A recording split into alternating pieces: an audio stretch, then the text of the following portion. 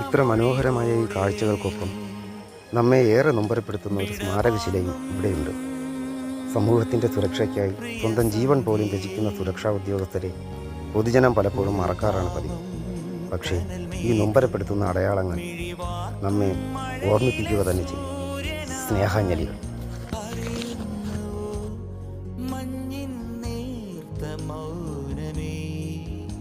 ഒരു യാത്ര മൊഴിയോടെ വിടവാങ്ങും പ്രിയ സന്ധ്യേ.